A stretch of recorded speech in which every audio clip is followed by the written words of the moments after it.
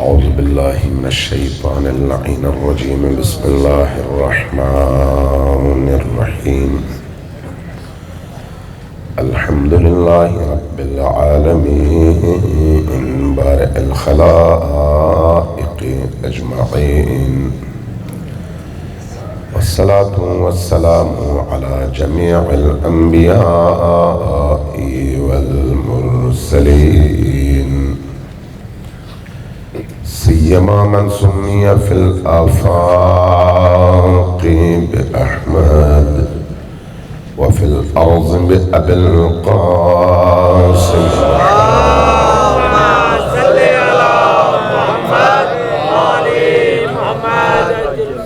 والصلاة والسلام على أولاده الطيبين الطاهرين المعصومين الميامين، واللعنة الدائمة على أعدائهم أجمعين من يوم عداوتهم إلى قيام يوم الدين. أما بعد، فقد قال الرسول صلى الله عليه وآله وسلم: إن الحسين مصباح الهدى وسفينة النجاة. صلى الله عليه وسلم. اللهم صل على محمد وآل محمد. ایک دفعہ پھر ذرا اونچی آواز سے صلوات بھیجیے. اللهم صل على محمد وآل محمد. تیسری بار ذرا زیادہ اونچی آواز سے دل کھول کر صلوات بھیجیے. اللهم صل على محمد وآل محمد. آج رات کے اعمال میں سے ایک عمل قاتلان حسین اور دشمنان اہل البیت پر لعنت بھیجنے کا عمل ہے.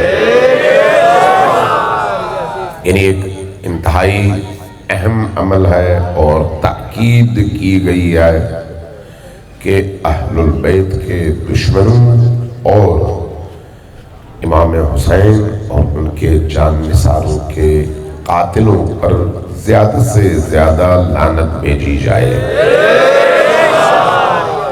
اور دوسرا عمل آج کی رات زیادہ سے زیادہ درود پاک پڑھنے کا عمل ہے.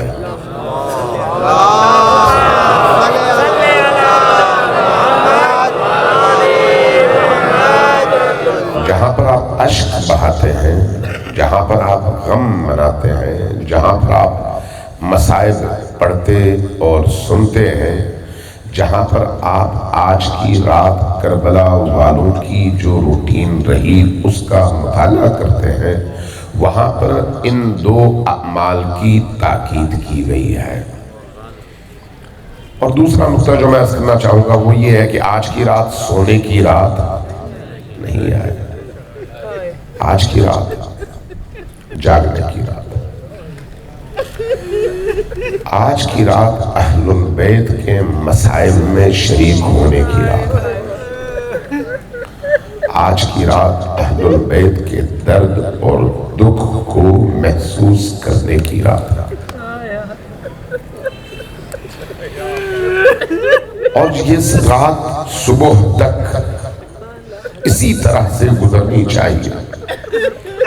اور عاشور کی صبح کا آغاز اذان سے ہونی چاہیے. اذان سے. اور اذان کا مطلب کیا ہے؟ جو عزادار جہاں کہیں ہے سب سے پہلے اٹھے، وضو کرے، صفے نماز بچھائے، قبلہ رخ ہو، نماز پڑھے اور اللہ کا شکر ادا کرے کہ حسین کی شب عاشور کی قربانیوں نے اس نماز کو زندہ کر دیا ہے. یعنی ایسا نہیں کہ صبح تک جاگتے رہے، صبح ماتم کریں اور اس کے بعد نماز پڑھے بغیر سو جائیں، ایسا نہیں، یہ حسینیت نہیں ہے، حسینی خون سے وفا یہ نہیں ہے۔ اس لیے آج کے رات کے اعمال میں سے ایک عمل 4 رکعت نماز ہے۔ جب آپ گھر واپس جائیں، عزاداری سے فارغ ہوں، تو مفاتیح کھولیے، آج رات کے اعمال نکالیے، گوگل پہ جا کر اعمال شب عاشوراء لکھیے، فوراً آپ کے سامنے آج کی رات کے اعمال نکل آئیں گے مختلف ویب سائٹ سے۔ تو اس لیے جہاں پر عزاداری سید الشہداء آج کی رات کے اعمال میں سے ہے، وہیں پر اللہ کی عبودیت اور بندگی بھی آج کی رات کے ان اعمال میں سے ہے جو اصل میں حسین کا اور حسین کی قربانیوں کا شکرانہ ہے۔ سروات میں جی بن محمد والا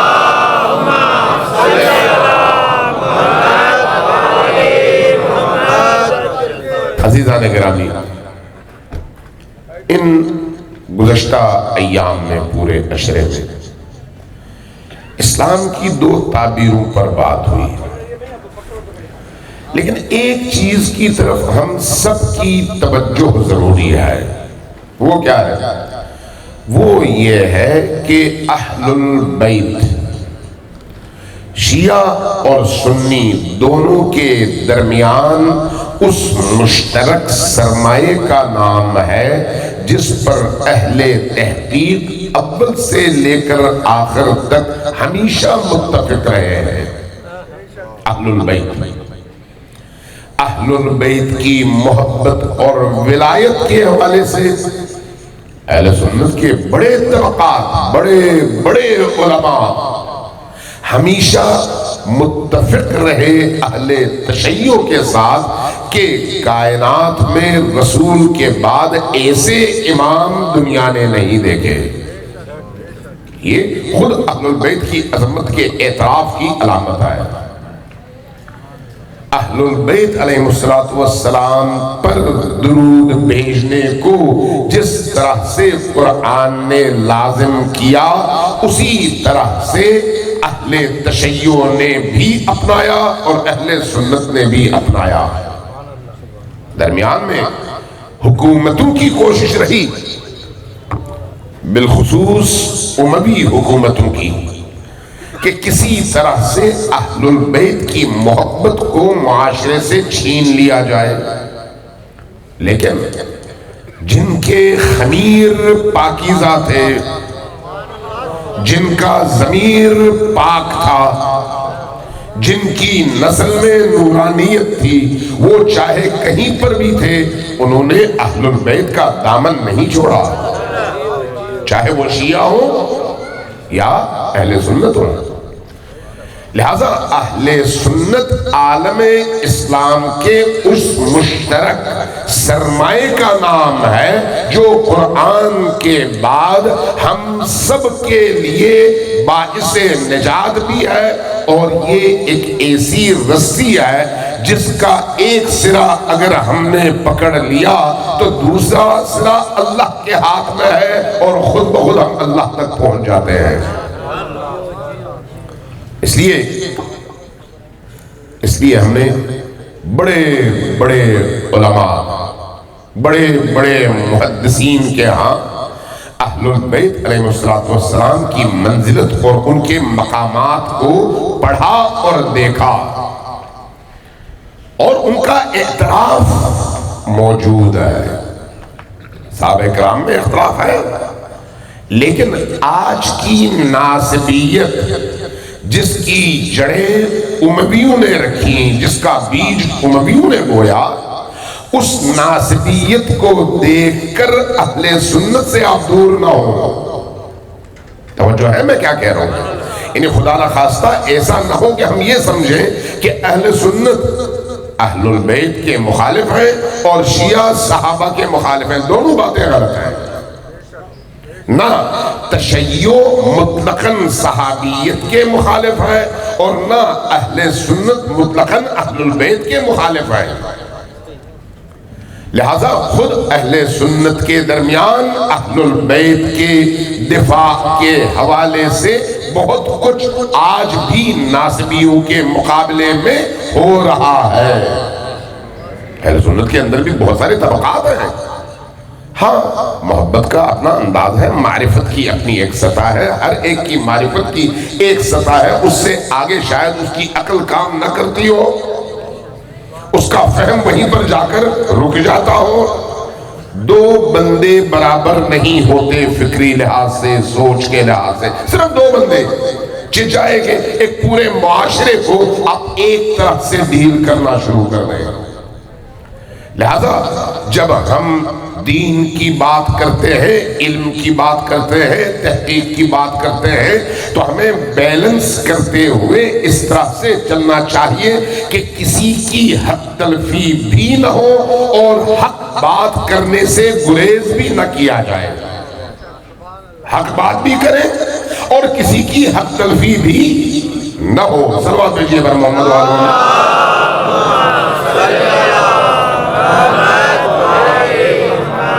بعض اوقات ہمارے اہل سنت بھائی جب کسی کو کوئی ایسی حرکت کرتے دیکھتے ہیں جو ان کے عقائد، ان کے مزاج کے خلاف ہو، تو وہ فوراً فتویٰ لگا دیتے ہیں کہ شیعہ ایسے ہوتے ہیں۔ اسی طرح جس طرح سے بعض اوقات کوئی ناصبی کوئی ایسی حرکت کرتا ہے، کوئی دشمن اہل البیت کوئی ایسی حرکت کرتا ہے، تو بعض سادہ لوگ شیعہ فوراً فتویٰ لگا دیتے ہیں کہ سارے سنی ایسے ہوتے ہیں۔ دونوں باتیں غلط ہیں، ایسا نہیں ہے۔ ہم نے امام احمد ابن حنبل کو دیکھا۔ امام احمد ابن حنبل کون ہے؟ 4 فقہ ہیں نا اہل سنت میں 4 فقہ ہیں۔ ایک مالکی ہے، دوسری فقہ شافعی ہے، تیسری حنفی ہے، چوتھی فقہ حنبلی ہے۔ امام احمد ابن حنبل کے فقہی آراء اور فتاویٰ پر عمل کرنے والے، ان سب کے درمیان کچھ نہ کچھ کہیں نہ کہیں اختلاف موجود ہے، اسی لیے 4 فقہ ہیں۔ لیکن جب آپ انہی چاروں میں دیکھتے ہیں اہل البیت کے حوالے سے، تو امام ابو حنیفہ کہتے نظر آتے ہیں کہ اگر صادق آل محمد کی بارگاہ میں میرے 2 سال نہ گزرے ہوتے تو میں ہلاک ہو جاتا۔ یہ اہل البیت کی عظمتوں کا اعتراف ہے۔ اسی طرح سے امام شافعی کہتے نظر آتے ہیں کہ اگر آل محمد کی محبت کا نام رافضیت ہے تو ساری دنیا پکار اٹھے کہ شافعی سب سے بڑا رافضی ہے۔ یہ اہل سنت کا ایمان ہے۔ اسی طرح سے امام احمد ابن حنبل اپنی فضائل الصحابہ میں اور باقی بعض اور کتابوں میں ببانگ دہل ایک بات کرتے نظر آتے ہیں، اور وہ بات بڑی عجیب ہے، بڑی عجیب، آج کی ناصبیت کے بالکل برخلاف۔ ان کا اپنا بیٹا ان کے پاس آتا ہے، روایت ہے، سو تو نہیں رہے، جاگ رہے ہیں، جو جاگ رہے ہیں ذرا صلوات بھیجیں۔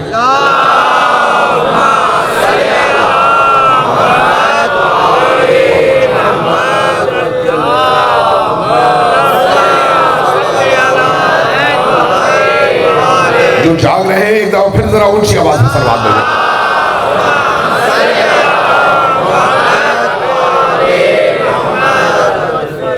امام احمد ابن حنبل کے پاس ان کا اپنا بیٹا آیا، ان کا اپنا بیٹا، اپنے بیٹے نے آ کر کہا کہ بابا جان، صحابی رسول میں، اصحاب رسول میں سب سے اعلیٰ اور سب سے افضل افراد کی لسٹ مجھے چاہیے، وہ بتائیے۔ احمد ابن حنبل اہل سنت ہے، اہل سنت کے امام ہیں۔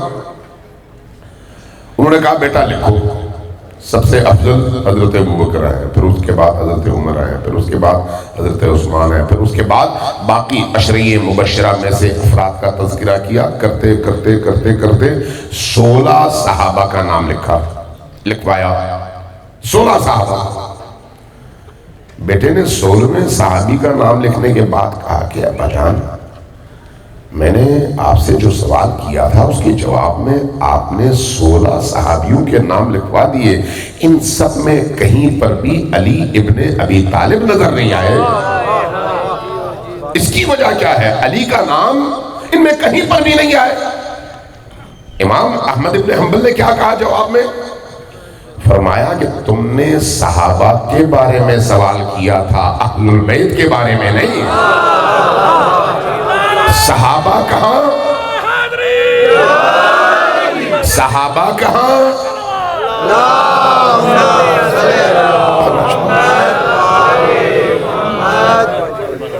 صحابہ کہاں اور اہل البیت کہاں؟ یہ میں نہیں کہہ رہا، امام احمد ابن حنبل کہہ رہے ہیں. فرمایا کہ تم نے صحابہ کے بارے میں سوال کیا تھا، اہل البیت کے بارے میں نہیں. صحابہ کہاں اور اہل البیت کہاں؟ اور اس کے بعد ایک جملہ کہا، یہ جملہ سونے کے پانی سے لکھ کر ہر مسجد کے مین دروازے پر لگانے کے قابل ہے. کیا کہا؟ کہا لا یقاس بہم احد. اہل البیت تو وہ ہیں جن کے مقابلے میں کائنات میں کسی کو کھڑا نہیں کیا جا سکتا.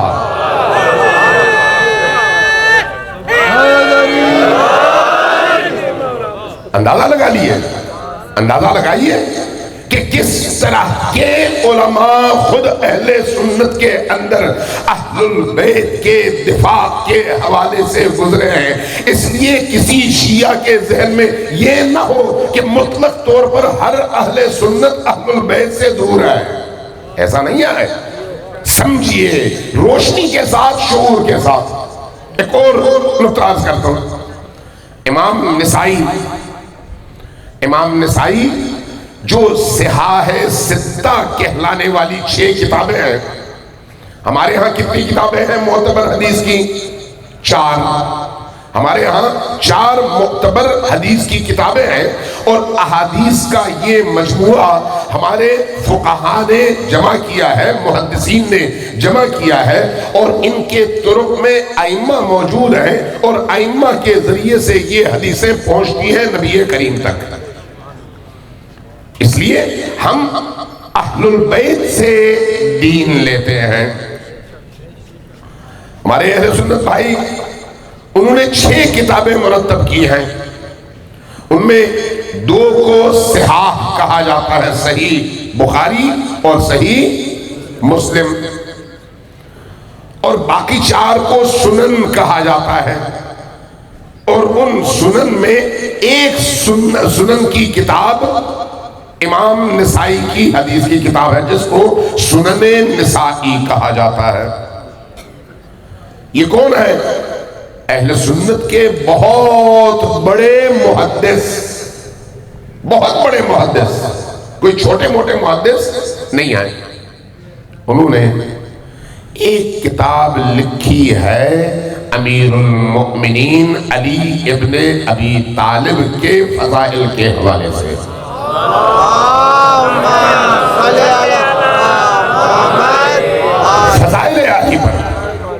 فضائل علی پر. اب آپ غور کیجئے، حجاز کی سرزمین میں زندگی بسر کرنے والا یہ محدث سفر کے دوران پہنچتا ہے دمشق. توجہ ہے، دمشق پہنچتا ہے. دمشق میں کس کی حکومت ہے؟ امویوں کی. مسجد اموی میں داخل ہوتا ہے، دیکھتا ہے کہ ہر طرف علی کے خلاف زبان کھولی جا رہی ہے. علی کی فضیلتوں کو بیان کرنے کی بجائے امیر المؤمنین علی ابن ابی طالب پر سب و شتم کا سلسلہ جاری ہے. پریشان ہو جاتے ہیں. کہتے ہیں کہ یہ دن آ گیا ہے کہ نفس رسول کو شام کی سرزمین میں یوں برملا مسجدوں اور محرابوں میں گالیاں اور برا بلا کہا جائے. اٹھے، فوراً جہاں رہائش تھی وہاں پر گئے، اور بیٹھ کر وہ ساری حدیثیں جمع کرنے لگے جو ان کے حافظے میں تھی، چونکہ محدث تھے، جو ان کے حافظے میں تھی۔ ابھی ان کے پاس آج کل کے سافٹ ویئرز نہیں تھے، آج کل کی بڑی بڑی لائبریریاں موجود نہیں تھیں، لیکن اس کے باوجود جو احادیث وہ جمع کر سکے، ان احادیث کو جمع کر کے انہوں نے ایک کتاب ترتیب دی فضائل علی پر، فضائل علی پر کتاب ترتیب دینے کے بعد وہ آئے دوبارہ مسجد اموی میں، چونکہ بہت بڑے محدث تھے اس لیے لوگوں نے کہا کہ امام نسائی کہتے ہیں نا، کہا کہ آپ آئیے محراب کے اوپر، ممبر کے اوپر چڑھیے اور کچھ بیان کیجئے۔ جب وہ ممبر پر چڑھے تو انہوں نے چڑھتے ہی علی کے فضائل بیان کرنے شروع کر دیے۔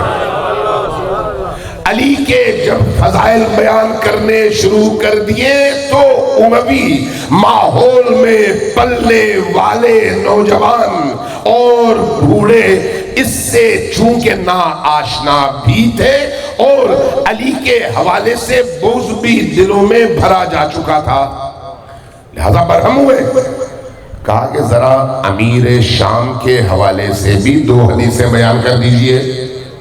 یہ میں نسائی، امام نسائی کی بات کر رہا ہوں، کسی شیعہ کی بات نہیں کر رہا۔ جب یہ کہا تو انہوں نے جواباً کہا کہ اگر ان کے بارے میں صحیح حدیث سننا چاہو تو نبی کی پوری زندگی میں کوئی ایک حدیث بھی نہیں ملتی، کوئی ایک حدیث بھی نہیں ملتی۔ اس کے بعد اگلا جملہ کہا کہ وہ اگر آخرت میں اپنی جان بچا سکے تو ان کے لیے بہت ہے۔ جیسے ہی یہ کہا امویوں نے ان کو ممبر سے اتارا، لاتوں اور گھونسوں سے ان کی خاطر تواضع شروع ہوئی، اتنا مارا کہ زخموں سے چور ہوئے، ان کے پسلی کی ہڈیوں پر ضرب لگی، ان کے جسم کے اعضاء ڈیمیج ہوئے، وہاں سے وہ واپس لائے گئے اور انہی زخموں کی تاب نہ لاتے ہوئے وفات پا گئے۔ اس لیے ہم بجا طور پر کہہ سکتے ہیں کہ مدافع علی کے طور پر ایک بہت بڑی شخصیت جس نے علی کی محبت کی قیمت ادا کرتے ہوئے تلوار سے نہیں لاتوں اور گھونسوں سے شہادت پائی ہے، وہ امام نسائی کی ذات ہے۔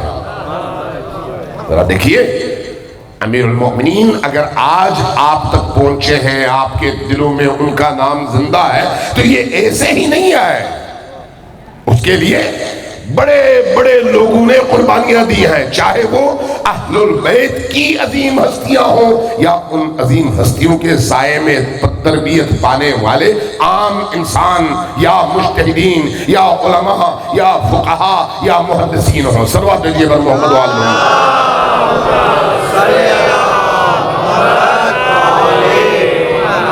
ایک دفعہ پھر صلوات دیجیے بر محمد وآل محمد۔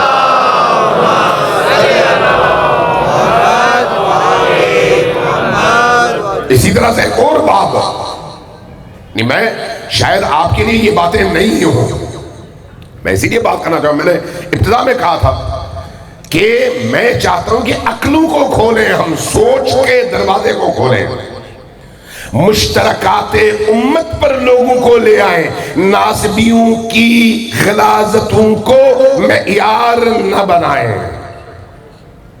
ناسبی ان کتوں کی مانند ہیں جو چلنے والے متحرک قافلے کے پیچھے پڑ جاتے ہیں اور بھونکتے رہتے ہیں۔ قافلہ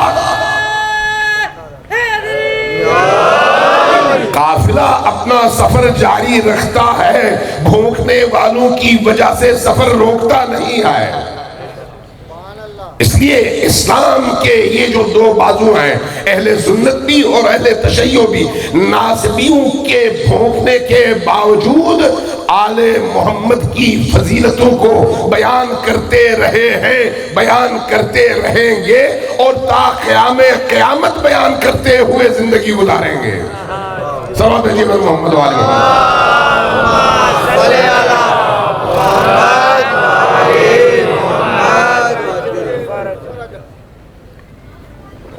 ایک دفعہ پھر صلوات دیجیے. اللہم صلی علی محمد وآل محمد. میں ایک اور مثال دے دیتا ہوں، اس کے بعد پھر اپنے موضوع کی طرف آؤں گا. آپ نے وہابیت کا نام سنا ہے. بالعموم وہابیت کا جب تذکرہ ہوتا ہے تو ایسا تصور ابھرتا ہے جس میں جہالت ہے، جس میں خشک مفاہیم ہے، اسلام کے چھلکے سے تمسک ہے اور روح سے بیگانگی ہے، اور دین کی روح سے عاجز ہونے اور فہم سے عاجز ہونے کی وجہ سے اسلامی فرقوں کی تکفیر کے دروازے وہابیت نے سب سے زیادہ کھولے، جن سے باقی مسالک بھی بعد میں متاثر ہوئے. اور آج بھی بہت سارے لوگ اس فکر سے پاکستان کے اندر بھی، افغانستان کے اندر بھی، انڈیا کے اندر بھی متاثر ہیں، جس کی وجہ سے ہزاروں نہیں لاکھوں لوگوں کی جانوں کا ضیاع ہوا ہے. یہ وہابیت کا ایک تصور ہے جو آپ کے علم میں ہے. لیکن انہی کو اہل حدیث بھی کہا جاتا ہے، جو غیر مقلد ہیں، حدیث پر عمل کرتے ہیں. بر صغیر کی تاریخ میں اہل حدیث میں ایسے بڑے علماء گزرے ہیں جن کی زندگی کا ہدف اہل البیت کا دفاع رہا ہے. میں حجاز کی سرزمین کی بات نہیں کر رہا، لیکن بر صغیر میں ایسے بڑے لوگ گزرے ہیں جن میں ایک نام نواب صدیق حسن خان بھوپالی کا ہے. بہت بڑے فقیہ، بہت بڑے محدث، بہت بڑے مفسر قرآن اور بہت بڑے محقق. اور بر صغیر میں پاکستان، انڈیا، بنگلہ دیش، نیپال، سری لنکا، اس پورے خطے کے اندر اہل حدیث کے امام مانے جاتے ہیں. انہوں نے ایک کتاب لکھی، تشریف البشر فی معرفت ائمت اثنی عشر. 12 اماموں کی معرفت پانے والے شخص کی قسمت. آپ ذرا تشریف البشر، اس کا مقام، اس کی عظمت، اس کی شرافت، اس کی بلندی، جس نے 12 ائمہ کو پہچانا. کتاب موجود ہے، آج سے تقریباً 150 سال پہلے لکھی گئی ہے، اور ابھی بھی وہ چھپی ہے. اہل حدیث ہی نے چھاپی ہے، بعض مؤمن اہل حدیث اور محبان اہل البیت اہل حدیث نے. اور کتاب کیا ہے؟ امیر المؤمنین سے لے کر امام مہدی آخر الزمان تک تمام ائمہ کے مقامات، کمالات، فضائل اور ان کی اللہ سے نسبت، ان کی اپنی زندگی میں ان کی معنویت اور ان کا فیض اور ان کے مقامات کو بلند مقامات کو بیان کیا گیا ہے. اور مقدمے میں ایک بات لکھتے ہیں، مقدمے میں لکھتے ہیں کہ میں نے یہ کتاب اس لیے لکھی ہے کہ ناصبیت نے، توجہ دیجئے، ناصبیت نے بر صغیر کے اندر بسنے والے پاک باز مسلمانوں کو رسول کریم اور ان کی آل سے دور کرنے کے لیے اہل البیت پر حملے شروع کر دیے، جس کی وجہ سے آج اہل البیت ہماری محفلوں میں یاد نہیں کیے جاتے. میں یہ کتاب اس لیے لکھ رہا ہوں کہ ائمہ اثنا عشر اہل البیت کے ائمہ ہیں، ان کے مقام کو بیان کر کے لوگوں کو بتا سکوں کہ ائمہ اہل البیت کون تھے، تاکہ یوم محشر وہاں اگر شرمندگی کا مقام آئے تو میں ان ہستیوں کے سامنے کھڑا ہو کر یہ عرض کر سکوں کہ اے اہل البیت، میں نے آپ کے دفاع میں اپنا لب کھولا، قلم چلایا اور اپنی بساط کے مطابق لوگوں تک آپ کے مقام کو پہنچانے کی ذمہ داری پوری کیا. کون؟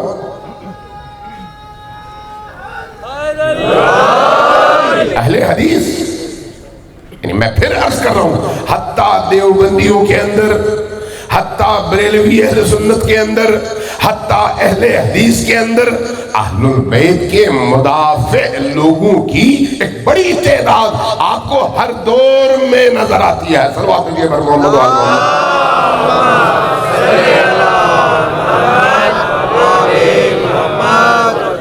مشکل یہ ہے کہ جب سے حجاز کی سرزمین پر ایک خاص طرز تفکر کا غلبہ ہوا تو اس طرز تفکر کی بنیاد چونکہ امویت پر قائم تھی، اس نے وہی کردار ادا کیا جو تاریخ میں امویوں نے ادا کیا۔ نتیجتاً مسجدیں بنی لیکن اہل البیت سے دور کرنے کے لیے، محراب بنے اہل البیت سے دور کرنے کے لیے، امام محراب کی تربیت ہوئی اہل البیت سے دور کرنے کے لیے، اہل البیت کے آثار کو مٹانے کی شعوری جدوجہد ہوئی اہل البیت سے دور کرنے کے لیے۔ آپ نے پیر آف گولڑا پیر مہر علی شاہ کا نام سنا ہوگا، ان کی ایک کتاب ہے، انہوں نے ایک بڑی خوبصورت عبارت لکھی ہے، بڑی خوبصورت۔ کہتے ہیں انہی مولویوں اور انہی اہل محراب کی زبانوں اور ان کے قلم سے نکلنے والے زہر آلود جملوں کو دیکھ کر خود بہت بڑے سنی پیر ہیں، اہل سنت میں سے ہیں لیکن عاشق اہل البیت ہیں، کہتے ہیں کہ اموی مر گئے، امویوں کی حکومت ختم ہو گئی، لیکن امویوں کی دی ہوئی اشرفیوں کی چمک اور جھنکار اب بھی مسلم معاشرے کے اندر موجود ہے، جس کی وجہ سے اس روح کو زندہ رکھنے کے لیے ملا اپنی زبان اور قلم استعمال کرتا ہے۔ مسئلہ یہ ہے، لہذا ہمیں ائمہ اہل البیت علیہ السلام کے حوالے سے مجموعی طور پر احادیث کے مجموعے میں جو چیزیں منقول ہیں، چاہے وہ شیعہ کی کتب میں ہیں چاہے وہ اہل سنت کی کتب میں ہیں، ان پر اس نگاہ سے دیکھنے کی ضرورت ہے کہ اہل سنت کا ایک بہت بڑا طبقہ اب بھی ایسا ہے جو اپنے عقائد اور اہل البیت سے وابستگی کے حوالے سے اسی طرح سے میدان میں کھڑا ہے جس طرح سے اہل البیت کے ماننے والے شیعہ میدان میں کھڑے ہیں۔ صلوات بھیجیے بر محمد و آل محمد۔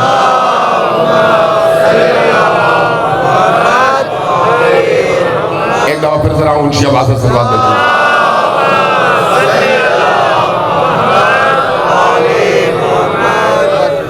ذرا ایک دفعہ پھر صلوات بھیجیے بر محمد و آل محمد۔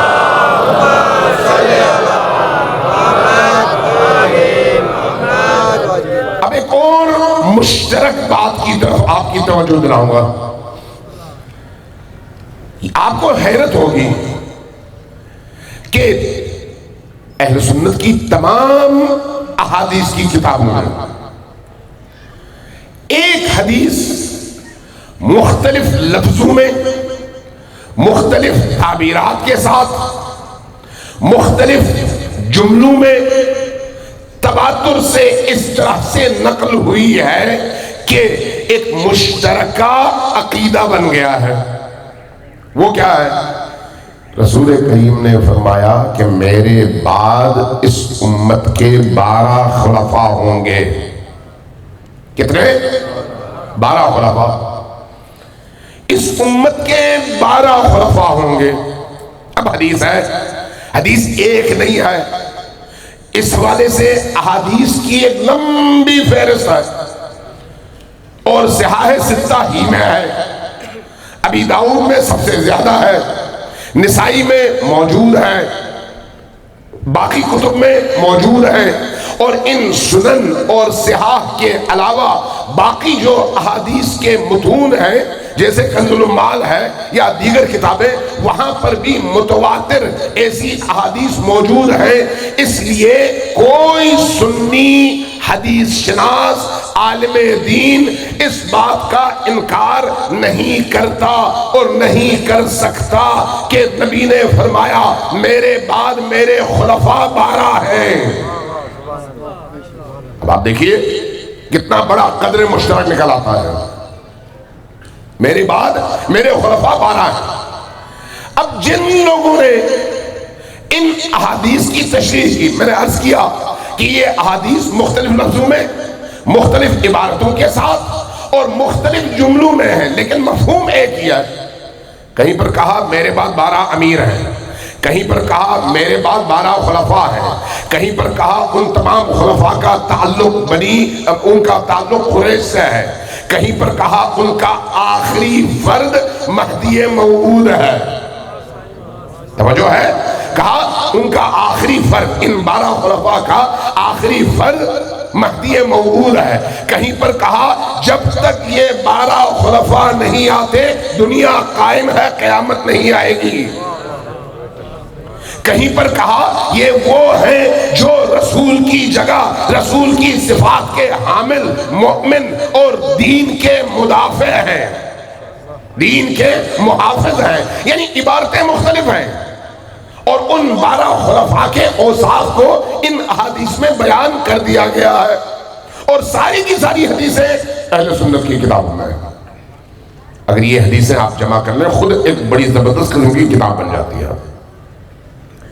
اب جب شارحین حدیث کی باری آتی ہے تو میں آپ کو دعوت دوں گا جن کو پڑھنے کی عادت ہے وہ ذرا لائبریری میں جائیں اور ائمہ اثنا عشر یا خلفاء رسول کے حوالے سے جو احادیث اس طرح کی آئی ہیں نیٹ پہ تلاش کریں اور پھر ان کتابوں میں دیکھ لیں جہاں پر ان کی شروح لکھی ہوئی ہیں، وہ چاہے دیوبند کے علماء ہوں، چاہے وہ اہل حدیث علماء ہوں، چاہے وہ بریلوی مسلک کے علماء ہوں، جنہوں نے ان احادیث کی تشریح کی ہے، سب کے سب ایک بات پر متفق ہے کہ یہ حدیث صحیح ہے۔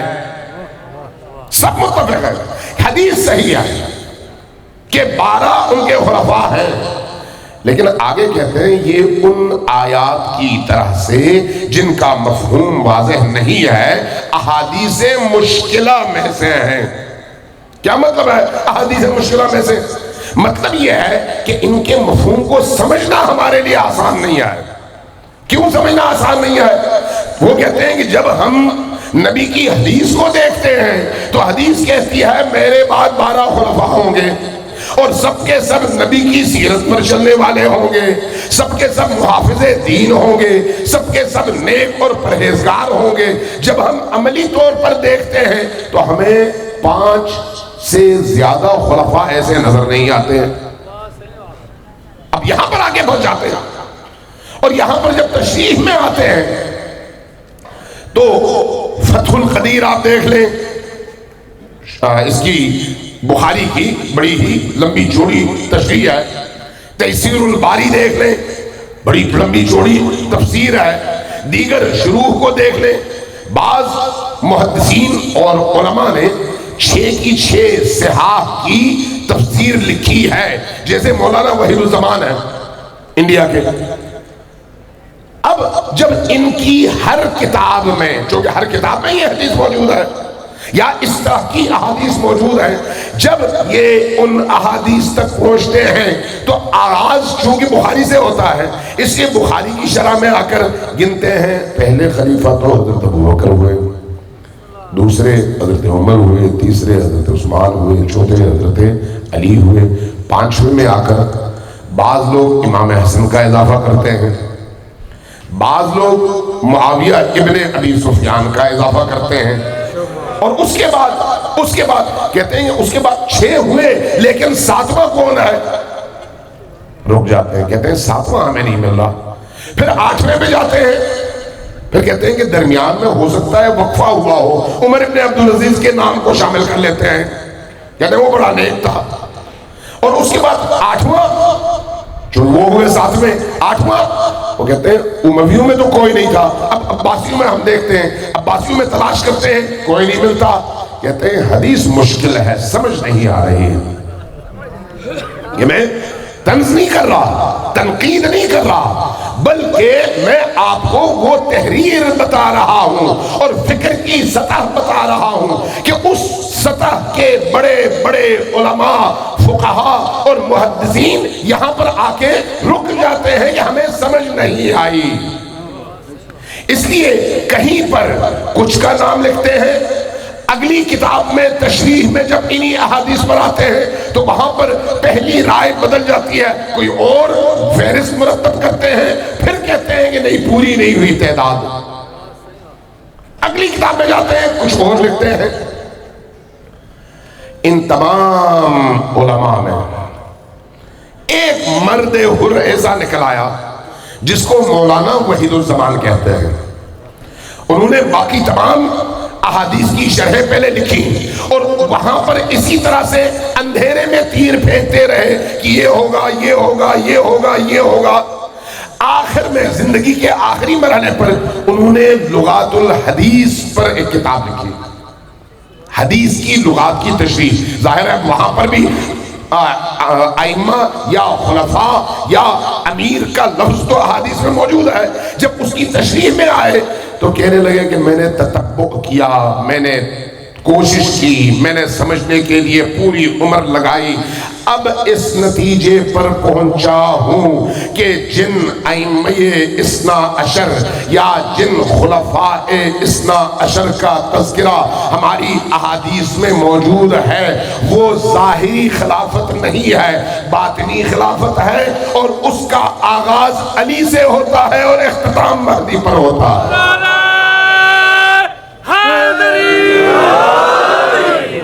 لغات الحدیث کہنے کا مطلب کیا ہے؟ جب آپ علمی مباحثہ کرتے ہیں تو پھر پردے آہستہ آہستہ آہستہ آہستہ ہٹتے ہیں، دل روشن ہوتے ہیں اور لوگ قریب آتے ہیں۔ اب میں ایک سوال کرتا ہوں، جب ہم کہتے ہیں کہ امام مہدی آئیں گے تو کیا امام مہدی شیعوں کے ہیں؟ ذرا اونچی آواز سے سلوات دیجیے۔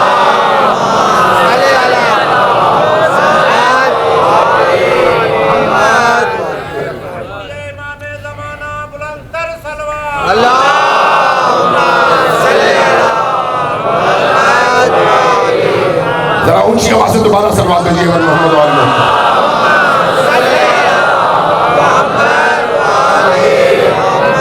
جب ہم خود امام مہدی علیہ السلام ظاہر ہے ان ائمہ اثنا عشر میں اور خلفاء رسول میں 12ویں ہیں، اور 12ویں ہونے پر نہ شیعہ کو شک ہے نہ سنی کو شک ہے، ایک حقیقت ہے، حدیث میں موجود ہے۔ کہاں جائیں گے آپ؟ 12ویں پر کوئی شک نہیں ہے، 12ویں پر کوئی اختلاف نہیں ہے، سب کہتے ہیں 12واں آئے گا، سب کہتے ہیں امام مہدی تشریف لائیں گے۔ اب آپ کو ایک مزے کی بات بتاؤں، جامع بنوریہ کے مولانا تھے جن کو مشرف دور میں خود کراچی کے اندر مار دیا گیا، نام میرے ذہن سے اب نکل گیا، ان کے بہت بڑے عالم اور بہت بڑے مفتی تھے، مفتی شامزئی۔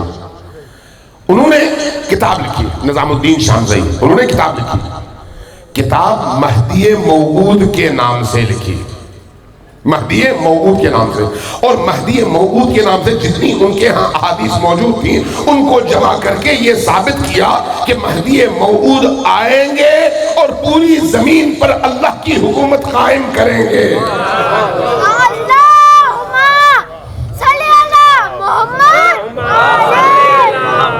انہوں نے یہ وہ تمام روایات جو حضرت عیسیٰ کے نزول کے حوالے سے ہیں اور ہدایت بشر کے حوالے سے ہیں، تمام عالم انسانیت کو جوڑنے کے حوالے سے ہیں، اور کل کائنات پر اللہ کی حکومت کے قیام کے حوالے سے ہیں، ان کو جمع کیا اور کہا کہ ہاں یہ ہمارا مسلمہ عقیدہ ہے کہ مہدی آئیں گے، اور اس کا انتخاب کون کرے گا؟ اللہ کرے گا۔ توجہ ہے، مہدی کا انتخاب کون کرے گا؟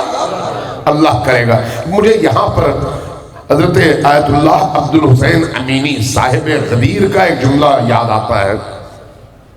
کچھ اہل سنت علماء تھے، ایک حج کی نشست تھی حج کے بعد، تو ان سے کہا گیا کہ آج ہم سب بیٹھ کر ذرا آپس میں گفتگو کرتے ہیں. کہا کہ پھر اختلافی موضوعات نہ چھیڑیے گا. کہا ٹھیک ہے. درمیان میں بیٹھ گئے. کھانے پینے کے بعد کسی بندے نے پھر ایک مسئلہ چھیڑ دیا کہ بھئی آپ امامت کے قائل ہیں، اس کی کوئی دلیل بھی آپ کے پاس ہے؟ تو انہوں نے فرمایا کہ میرا ایک سوال ہے، اس سوال کا جواب دو گے؟ کہا کہ ہاں دوں گا. کہا یہ بتاؤ کہ کیا امام مہدی پر آپ سب کا اتفاق ہے یا نہیں ہے؟ کہا کہ ہاں ہے. کہا کہ امام مہدی آئیں گے؟ ہاں آئیں گے. دنیا کو فتح کریں گے؟ ہاں کریں گے. دنیا سے ظلم کا خاتمہ کریں گے؟ ہاں کریں گے. دنیا پر عدل کو نافذ کریں گے؟ ہاں کریں گے. یملأ اللہ بہ الارض قسطا وعدلا کما ملئت ظلما وجورا کی مصداق امام مہدی ہیں یا نہیں ہیں؟ ہاں ہیں. جب کہا ہاں ہیں تو کہا کہ یہاں پر حج میں پوری دنیا کے علماء آئے ہوئے ہیں. ایک کام کرتے ہیں، یہ سارے علماء جمع ہوتے ہیں اور جمع ہو کر، چونکہ عالم اسلام کے اکابر ہیں، توجہ چاہیے آپ کی، توجہ ہے، بڑا باریک اور بہت ہی خوبصورت نقطہ ہے. فرمایا ہم سب جمع ہوتے ہیں، عالم اسلام کے تمام اکابر جمع ہو کر ایک جگہ ایک پلیٹ فارم پر، یہ چونکہ ہمارا مشترکہ عقیدہ ہے نا شیعہ اور سنی کا، آؤ مل کر بیٹھتے ہیں. بیٹھ کر اپنے میں سے کسی ایک کو مہدی کے طور پر چنتے ہیں اور اس کے علم کے نیچے کٹھے ہو کر دنیا پر اللہ کا دین اور اللہ کی توحید کا پرچم لہراتے ہیں. جب یہ کہا تو جواب میں ان علماء نے کہا کہ نہیں بھائی، اس شخصیت کا انتخاب جو اللہ کے رسول کا 12واں خلیفہ ہے، اس کا انتخاب اللہ نے کرنا ہے، ہم نہیں کر سکتے. جب کہا اللہ نے کرنا ہے تو پھر آیت اللہ عبد الحسین امینی نے ایک سوال اٹھایا. کہا کہ 12ویں کا انتخاب اللہ کرے گا تو پہلے کے انتخاب کا حق تمہیں کس نے دیا تھا؟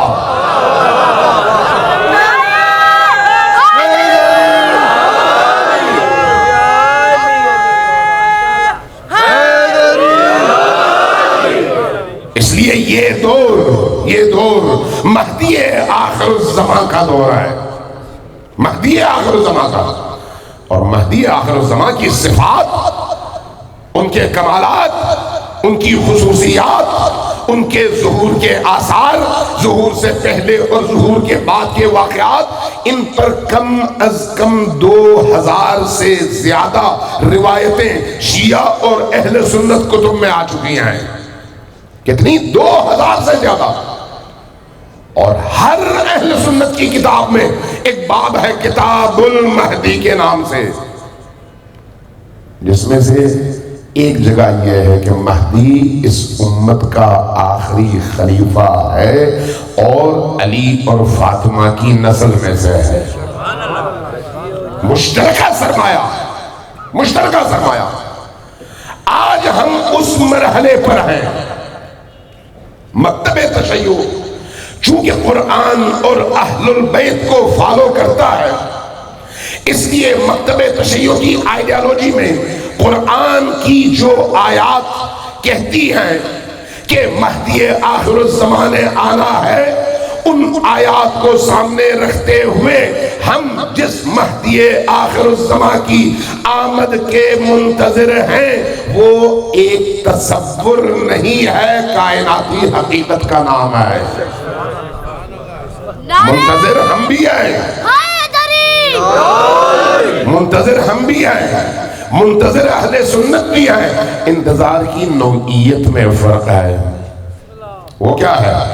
ہم تمام ائمہ اطہار کو نسل در نسل، باپ بیٹا پوتا پڑ پوتا، ہر ایک کی زندگی کو ابتدا سے انتہا تک جانتے ہیں، یہاں تک کہ مہدی آخر الزمان تک پہنچتے ہیں. اور ہمیں معلوم ہے کہ مہدی آخر الزمان کی والدہ کا کیا نام ہے، والد کا کیا نام ہے، کہاں پیدا ہوئے، کہاں سے پردے غیب میں گئے، کہاں سے اٹھیں گے، کیا کریں گے.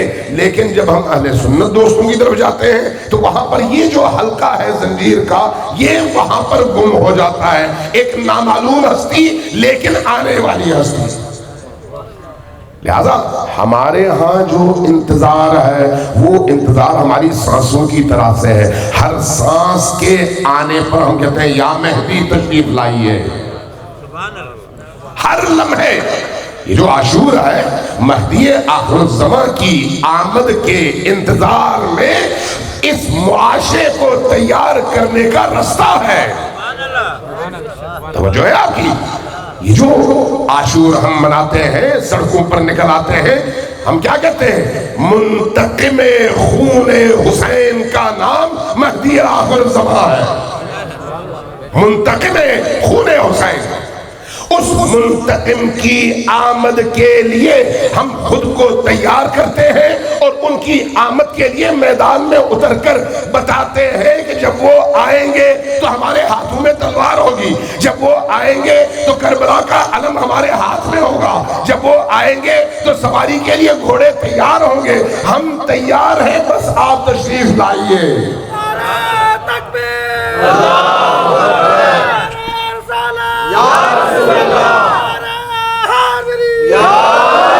ظہور امام زمانہ بلندر صلوات.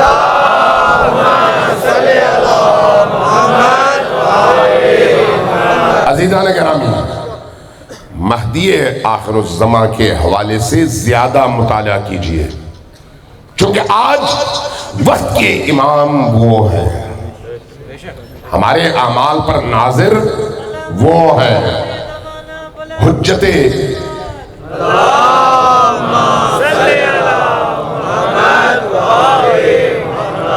حجت خدا وہ ہیں. ہمارے اعمال، ہماری نیتیں، ہماری سوچ، ہمارا ہر اٹھنے والا قدم اس ہستی کی نگاہوں کے سامنے ہے. اس لیے کہ ہم روز جمعہ ہر روز کی دعائیں ہیں جو ائمہ نے ہمیں سکھائی ہیں، ہر روز کی زیارتیں ہیں جو ائمہ نے ہمیں سکھائی ہیں. صبح جب اٹھیں نماز فجر کے لیے تو اس دن کی دعا بھی پڑھیں اور اس دن کی زیارت بھی پڑھیں. کہاں پر ہے؟ مفاتیح الجنان میں. مفاتیح الجنان کی اپلیکیشن آپ اپنے اینڈرائیڈ فون پہ کھول لیں اور روز کی دعائیں نکالیں. ہر روز کی دعا بھی ہے، ہر روز کی زیارت بھی ہے. جمعہ کس کا دن ہے؟ جمعہ مہدی آخر الزماں کا دن ہے. اسی لیے جمعے کو ہم دعائے ندبہ پڑھتے ہیں. اسی لیے اب اسی جمعے کے دن کی مخصوص جو زیارت ہے اس میں ہم امام زمانہ کو کیا کہہ کر بلاتے ہیں؟ السلام علیک یا عین اللہ فی خلقہ. اے زمین اور زمین والوں کے درمیان اللہ کی آنکھ، آپ پر ہمارا سلام ہو. اللہ کی وہ حجت جس کی نگاہوں کے سامنے ہم موجود ہیں. صلوات کے محمد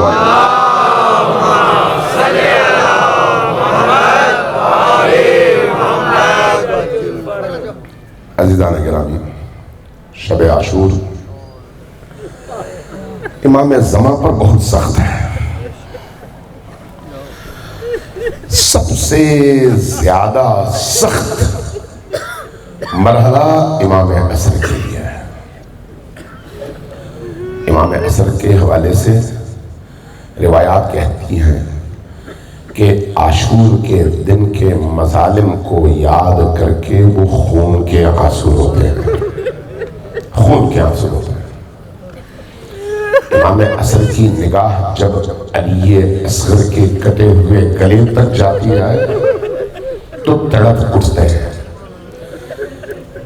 امام عصر کی نگاہ جب حضرت علی اکبر کے زخمی سینے کی طرف دیکھتی ہے تو وہ تڑپ اٹھتے ہیں. جب عباس ارندار کے کٹے ہوئے بازو ان کو نظر آتے ہیں تو وہ تڑپ اٹھتے ہیں. معصوم سکینہ کے پیاسے ہونٹوں پر نگاہ پڑتی ہے تو تڑپ اٹھتے ہیں.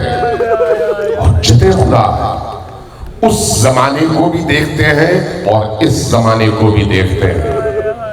آج کی رات آئیے اس ہستی کو بھی یاد کریں، اور وہ ہستی جن ہستیوں کے ماتم اور غم میں مبتلا ہے اور اشک بہا رہی ہے، ان اشکوں کے طفیل اپنے اشک بھی جاری کر دیں۔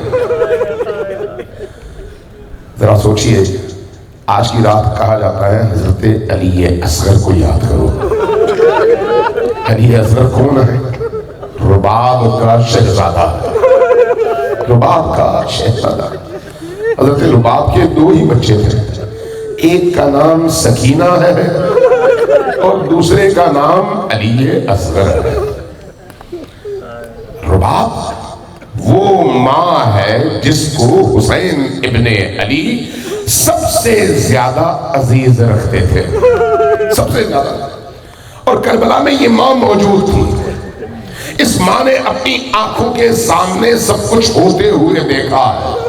اس لیے تاریخ کہتی ہے کہ کربلا کا جب واقعہ ہوا تو اس کے بعد سے لے کر مرنے تک یہ خاتون کبھی سائے میں نہیں بیٹھی، کبھی سائے میں نہیں بیٹھی، ہمیشہ دھوپ میں بیٹھتی تھی۔ بعض راویوں نے نقل کیا ہے کہ جب قافلے اسرا کو آزادی ملی اور یہ واپس مدینہ پہنچے تو مدینہ پہنچنے کے بعد حضرت زینب سلام اللہ علیہا نے فرش عزا بچھایا اور اس میں تمام لوگوں کو دعوت دی۔ قریش کے بڑے بڑے سرداروں کی بیویاں اور بیٹیاں آئیں اور مجلس کی فضا بن گئی، مجلس سج گئی۔ اس اثنا میں قریش کے ایک سردار کی بیگم داخل ہوئی، صحن میں دیکھا ایک خاتون بیٹھی ہوئی ہے دھوپ میں اور اس کا چہرہ سیاہ ہو چکا ہے۔ قریب آئی اور کہا کہ اے کنیز اٹھو اور سائے میں جا کر بیٹھ جاؤ۔ اے کنیز اٹھو، چونکہ سیاہ چہرہ تھا سمجھی کہ کوئی کنیز ہے، کہا کہ اے کنیز اٹھو اور سائے میں بیٹھ جاؤ۔ زینب کے کانوں میں یہ آواز آئی، زینب نے پلٹ کر دیکھا، تڑپ کر سامنے آئی، کہا کہ تم نے کیا کہا کنیز؟ یہ کنیز نہیں ہے، یہ امرؤ القیس کی بیٹی اور میرے بھائی حسین ابن علی کی بیوی رباب ہے۔ کہا کہ رباب ہے اور اس کا چہرہ اتنا کالا ہو چکا ہے؟ کہا کہ کربلا کے بعد آج تک کبھی سائے میں نہیں بیٹھی، جب کبھی اصغر یاد آتا روتی اور اشک بہاتی۔ دوسری روایت بیان کی گئی ہے اس ماں کے حوالے سے کہ یہ ماں کبھی اس نے کسی پرندے کو گلا کاٹتے ہوئے دیکھنے کی کوشش نہیں کی۔ جب کبھی مدینہ والے کوئی مرغی کاٹ کر لے آتے تو ان کی رونے کی آواز بلند ہوتی، جب پوچھتے تو کہتے میرا علی اصغر کا گلا اسی طرح سے کاٹا گیا تھا، اسی طرح سے کاٹا گیا تھا۔ حسین ابن علی عصر عاشور چاروں طرف سے نرغے آدھا میں گرے ہوئے ہیں اور اکیلے ہیں، اکیلے، کوئی ساتھ نہیں ہے۔ اس اثنا میں ایک دفعہ آواز دیتے ہیں کہ کوئی ہے جو میری مدد کرے؟ حل من ناصر ینصرنی، کیا کوئی ہے جو حسین کی تنہائیوں کو دیکھ کر حسین کے ساتھ کھڑا ہو؟ چاروں طرف ندا دیتے ہیں اور اس کے بعد جب آواز نہیں سنتے، جواب نہیں سنتے تو لوٹتے ہیں خیمے کی طرف تاکہ تیار ہو سکیں۔ جب تیار ہونے کے لیے آتے ہیں تو یہ جو وداع کا موقع ہے اس اثنا میں جب خیمے میں پہنچتے ہیں، بعض راویوں نے لکھا ہے کہ زینب اور رباب دروازے پر آئیں اور کہا کہ مولا یہ جو بچہ ہے نا، اس بچے نے جب بھی آپ کی ندا سنی ہے چیخ چیخ کر رویا ہے، اس بچے کو کسی طرح سے چند قطرے پانی کے پلوا دیجیے۔ حسین ابن علی اس بچے کو اپنی آغوش میں لے کر نکلتے ہیں اور آہستہ آہستہ میدان کی طرف آتے ہیں۔ ہاتھوں میں بچہ ہے، لشکر اشقیاء کو گمان ہوتا ہے قرآن لے کر آ رہے ہیں۔ قریب پہنچتے ہیں اور اس کے بعد کہتے ہیں کہ او ابن زیاد کے لشکر والوں، اگر مجھ پر رحم نہیں کرتے تو ٹھیک ہے، اس بچے پر تو رحم کرو، یہ معصوم ہے۔ اس کی ماں کا دودھ خشک ہو چکا ہے اور یہ بچہ بھوک اور پیاس سے بلک رہا ہے۔ بعض نے یہاں تک کہا ہے کہ جب لشکر اشقیاء نے جواب نہیں دیا تو آپ نے کہا بیٹا علی اصغر ذرا تم خود ان کو بتا دو کہ تم پیاسے ہو۔ اس بچے نے اپنے ننھے ننھے ہونٹوں پر اپنی زبان پھیرنی شروع کر دی۔ جب یہ منظر دیکھا پھر بھی کوئی تس سے مس نہیں ہوا تو پھر حسین آگے بڑھے، کہا کہ اگر تمہیں خوف ہے کہ میں پانی پی جاؤں گا تو اس بچے کو میں زمین کربلا پر چھوڑ دیتا ہوں، آؤ خود چند گھونٹ پانی پلا دو۔ اس بچے کو چند قطرے پلانے سے فرات کا پانی کم نہیں ہوگا۔ رکھا اور پیچھے ہٹے، لیکن پھر بھی کوئی آگے نہیں بڑھا۔ آگے بڑھے، جیسے ہی بچے کو اٹھایا ایک دفعہ کربلا میں ایک آواز گونجی، لشکر اشقیاء میں ایک غلغلہ برپا ہوا۔ کچھ نے کہا پانی پلائیے، کچھ نہیں جاتا، کچھ نے کہا کہ نہیں نشانہ بناؤ۔ ایسے میں عمر سعد نے حرملہ کی طرف اشارہ کیا۔ حرملہ ایک بلند مقام پر چڑھا۔ اب یہاں پر ایک امتحان ہے۔ دیکھیے کربلا میں جو تیر استعمال ہوئے نا، وہ تین طرح کے تیر تھے۔ تین طرح کے تیر۔ ایک وہ جس کے آگے ایک پھل تھا، جب وہ ایک پھل والا تیر جسم پہ لگتا ہے تو سوراخ کر دیتا ہے۔ دوسرا دو پھلوں والا تیر جب جسم پہ لگتا ہے تو گوشت کو ادھیڑ دیتا ہے۔ ایک پھل ہے ایک تیر ہے تین پھلوں والا، اور ہمیشہ میدان جنگ میں یہ جو تین پھلوں والا تیر ہے یہ سب سے بڑے دشمن کے لیے استعمال ہوتا ہے۔ اور اس بلند مقام پر چڑھا، اب اس کی نگاہ علی اصغر پر ہے اور علی اصغر حسین کے ہاتھوں میں بلند ہے۔ اچانک تیر چلتا ہے، لیکن کون سا تیر ہے؟ تین پھلوں والا تیر ہے، گھومتے ہوئے آتا ہے، گلوئے اصغر سے ٹکراتا ہے اور گردن کاٹتے ہوئے نکل جاتا ہے۔ ایک دفعہ جب یہ خون گرتا ہے، امام باقر فرماتے ہیں کہ یہ خون جب گرا، حسین نے اپنے چلو میں اس خون کو اٹھایا، مظلومانہ ایک نگاہ آسمان کی طرف ڈالی، آسمان کی طرف پھینک دیا۔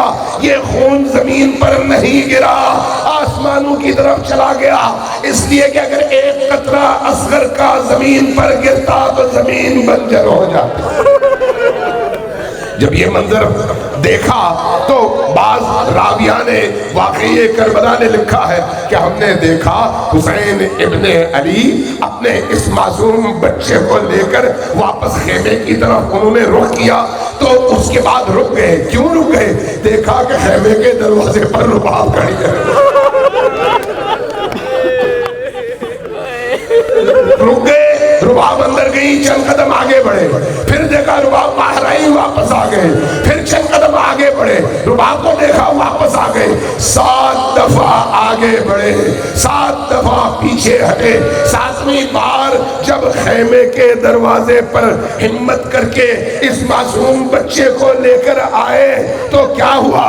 زینب رونے لگی، رباب رونے لگی۔ جب رباب نے اس بچے کو دیکھا تو کیا دیکھا؟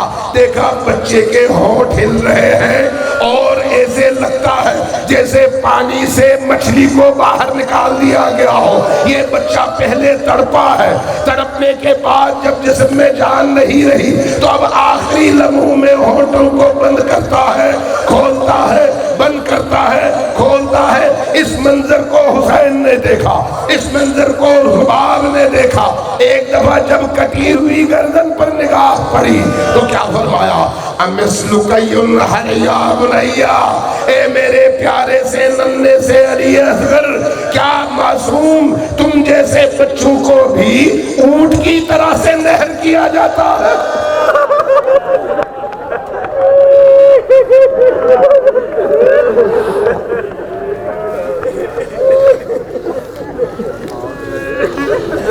نسألك اللهم ونرجوك باسمك العظيم الأعظم الأعز الأجل الأكرم، يا الله يا الله يا الله يا الله يا الله يا الله يا الله يا الله يا الله يا الله يا رحمن يا رحيم يا مقلب